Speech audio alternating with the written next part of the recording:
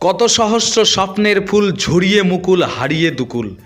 এই পৃথিবীতে এটি একটি গানের লাইন, যেটি কিনা বিখ্যাত গায়ক নচিকেতা চক্রবর্তীর জীবনমুখী গানের অংশ বিশেষ। আজ বলতেই হচ্ছে, বাংলার বহু প্রতিভা অকালে ঝরে যাচ্ছে, ঝরিয়ে দেওয়া হচ্ছে। তার দৃষ্টান্ত প্রমাণ আমরা অনেক কিছুতেই দেখেছি। সমাজের কিছু মানবরূপী মুখোশের আড়ালে দানবের কুকীর্তি না বললেই নয়। আমরা অনেকেই বহু সিনেমায় দেখেছি যে খেল দুনিয়ার কর্মকর্তারা খেলোয়াড়দের সঙ্গে কী ব্যবহার করে। আমির খান অভিনীত হিন্দি ছবি দঙ্গল এবং সাউথ ইন্ডিয়ান ছবি কমরেড, এছাড়াও শাহরুখ খান অভিনীত চাক দে ইন্ডিয়াতে দেখানো হয়েছে।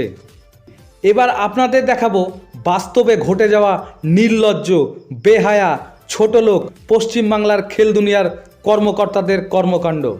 গত 9-11 নভেম্বর থেকে চলছিল স্টেট লেভেলের খেলাধুলা এবং কিক বক্সিং কম্পিটিশন।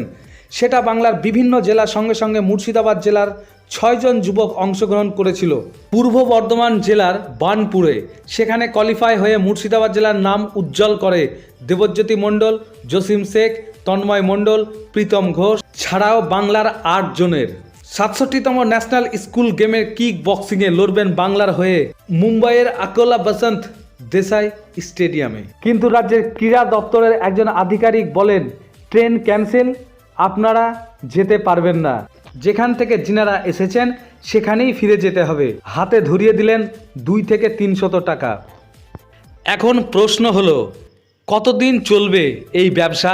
যে রাজ্যের মুখ্যমন্ত্রী মাননীয়া মমতা বন্দ্যোপাধ্যায় রাজ্যের যুবকল্যাণ নামে যে দপ্তরটি খুলেছেন, সেখানে লক্ষ লক্ষ কোটি কোটি টাকা খরচ করছে আজ এই দিন দেখার জন্য।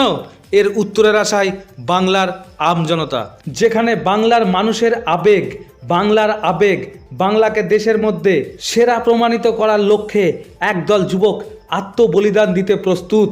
আর সেখানে বাংলার যুবকল্যাণ ও ক্রীড়া দপ্তর ব্যবস্থা করছেন বাংলার কোনো খেলোয়াড় যাতে ন্যাশনাল লেভেলে না খেলুক। এই ঘটনায় প্রমাণিত হয় সত্য সেলুকাস কি বিচিত্র এই দেশ।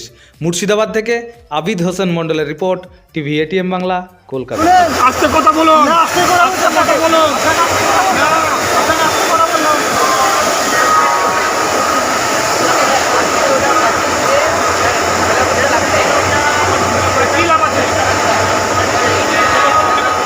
তোমরা খেলতে যাবে না? তাহলে ঠিক আছে, যেতে পারো।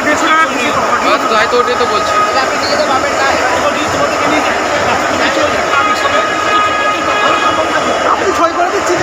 আমাদের রিক্সে যাবো, আপনি বলে দেন, আমাদের রিক্সে যাবো। আপনি নিয়ে যান, আমি ছয় করে দিচ্ছি। জানি তো আমি ছয় করে দিচ্ছি। আপনি বলছেন কেন না? আমি তাহলে বলছেন কেন না?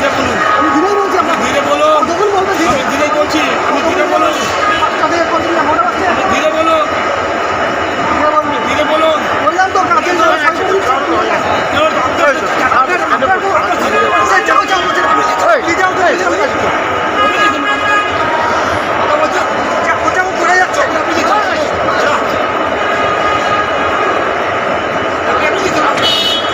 না, এটা স্যার দরকার, এত হবে না তো। নমস্কার, জয় হিন্দ। আজকে সারা ভারতের প্রতিটা স্টেট থেকে যেখানে ন্যাশনাল স্কুলস গেম খেলার জন্য মহারাষ্ট্রে যেতে পারলো, সেখানে বাংলার টিম যেতে পারলো না। কেন? নাকি ট্রেন ক্যান্সেল হয়ে গেছে। আমাদের আগের থেকে বলা হয়েছিল যে 21 তারিখে টিকিট করা হবে। যেহেতু 23 তারিখ রিপোর্টিং আছে সকালবেলায়, সেহেতু 21 তারিখে টিকিট করা হবে, এটা আগে থেকে শুনে আসছি। কিন্তু শেষ পর্যন্ত কি হলো, টিকিট করা হলো 22 তারিখে। যেটা শুনলাম যে টিকিট করা হয়েছে 22 তারিখে। 22 তারিখে 5:30টার সময় সকলকে হাওড়া স্টেশনে যাওয়ার জন্য বলা হলো। সমস্ত স্টুডেন্ট সেখানে গিয়ে উপস্থিত হলো। উপস্থিত হওয়ার পর তাদেরকে বাংলার যে লোগো দেওয়া জার্সি দেওয়া হলো, তাদেরকে ট্র্যাক স্যুটস দেওয়া হলো। শু দেওয়ার কথা ছিল, সেটা দেয়নি। যাই হোক, তো এই সমস্ত দেওয়ার পরে তাদের একটা কাগজে সই করানো হয়। করানোর পরে যখন ট্রেন টাইম হয়ে আসছে, তখন বলা হয় যে ট্রেন নাকি ক্যান্সেল হয়ে গেছে। তারপরে ট্রেনে যাওয়া হবে, রাত্রির ট্রেনে। এরকমভাবে গল্প দেওয়া হয়। তারপর যখন রাতের ট্রেনেরও টাইমটা সন্নিকটে চলে আসছে, তখন বাচ্চাদেরকে 300 টাকা করে হাতে ধরিয়ে দেওয়া হচ্ছে আর বলা হচ্ছে যে তোমাদের ট্রেন ক্যান্সেল আছে, ট্রেন তোমাদের টিকিট করা হয়নি, সরকার থেকে নাকি তোমাদের টিকিট করে দেয়নি, তাই তোমাদের যাওয়া হবে না। এই 300 টাকা করে তোমরা নাও, এই যে তোমরা হাওড়া স্টেশন অবধি এসেছো, তার খরচা, খাওয়া দাওয়া করেছো তার খরচা, এটা নাও, নিয়ে বাড়ি চলে যাও তোমরা। তো এই ধরনের যে ব্যবহার করা হয়েছে আমাদের যে বাংলার বক্সারদের সঙ্গে, যারা স্কুল গেমস খেলার জন্য রেডি হয়েছিল বিগত 1 বছর থেকে। একটা স্পোর্টসম্যান যখন স্কুল গেমস খেলতে যায়, এটা বছরে একবারই হয়, সেহেতু তাকে সারাটা বছর প্র্যাকটিস করতে হয়। তো সারাটা বছর প্র্যাকটিস করার পরে তারপরে যখন সে সুযোগ পেল,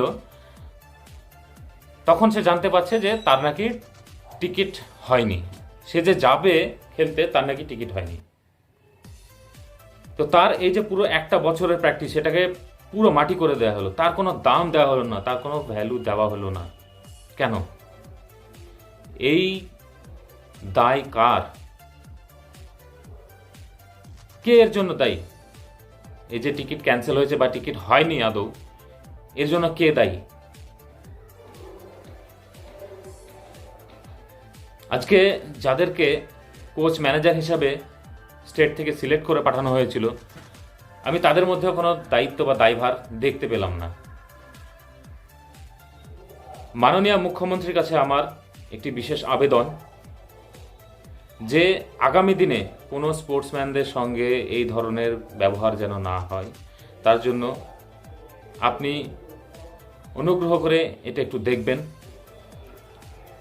এবং এখনও হয়তো সময় আছে, যদি সম্ভব হয় প্লেয়ারদের পাঠানোর একটু ব্যবস্থা করবেন। আপনার কাছে করজোড়ে এটা আমার করুণ নিবেদন।